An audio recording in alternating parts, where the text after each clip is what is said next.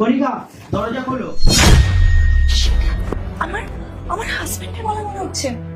কণিকা, দরজা খোলো, শুনতে পাচ্ছ না নাকি? আমার হাজবেন্ডই। আরে তুমি তো বলছো তোমার হাজবেন্ড রাত্রিরে আসবে, সকালে কি করে তুই চলে এলি? কণিকা, আরে ও তো বলেছিল রাতে আসবে, কিন্তু বুঝতে পারছি না ও এত তাড়াতাড়ি চলে এলে কেন। আর ও যদি এসে আমাদেরকে এই অবস্থায় দেখে না, তাহলে তো আমাদের ডিভোর্স বাধা ধরা। কণিকা, আমার কথা শুনতে পাচ্ছ না? বলছি না দরজা খোলো। হ্যাঁ, ডিভোর্স তো দেবেই। তোমার হাজবেন্ড যদি দেখে তোমার অন্য লোকের সঙ্গে শুয়ে আছো, তোমাকে ডিভোর্স তো দেবেই সে।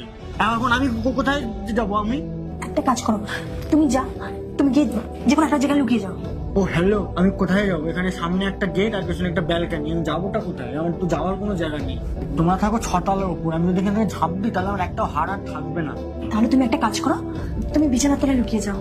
আমার সাইজটা দেখেছো? আমি কি পারবো যেতে বিছানার তলায়? তাহলে তাহলে তুমি একটা কাজ করো, তুমি না বাথরুমে গিয়ে লুকিয়ে যাও। তোমার হাজবেন্ড যদি এসে আগে ওয়াশরুমে যায় তখন? তাহলে একটা কাজ করো, তুমি তাড়াতাড়ি আলমারির ভেতরে ঢুকে যাও।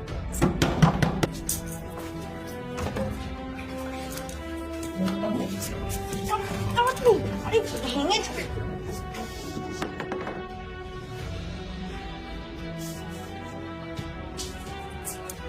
আরে কণিকা, গেট খোলো না ইয়া।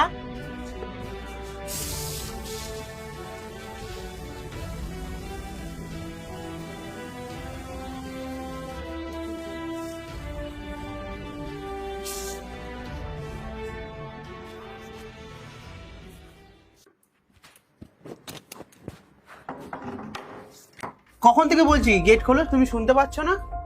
কে এসেছিল আমার পিঠ পিছনে আমাদের এই বাড়িতে? তুমি কারোর সাথে কথা বলছিলে, আমি শুনতে পাচ্ছিলাম।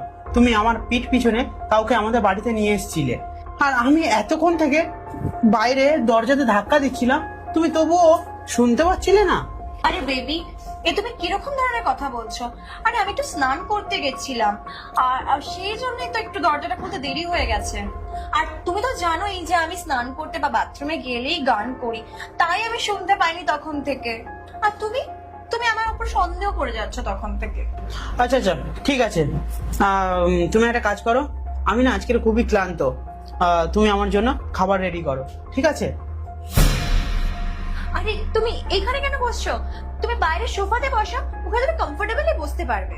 আর এখানে তো তোমার বসতে অসুবিধা হবে, কারণ তো এসিটাও বন্ধ রয়েছে না, তো তোমার কষ্ট হবে।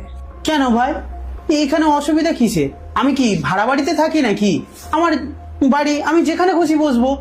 আচ্ছা, তোমাকে একটা কথা জিজ্ঞাসা। পার্ট 2 দেখতে সাবস্ক্রাইব করুন SJ সোনি ব্লগ 2M।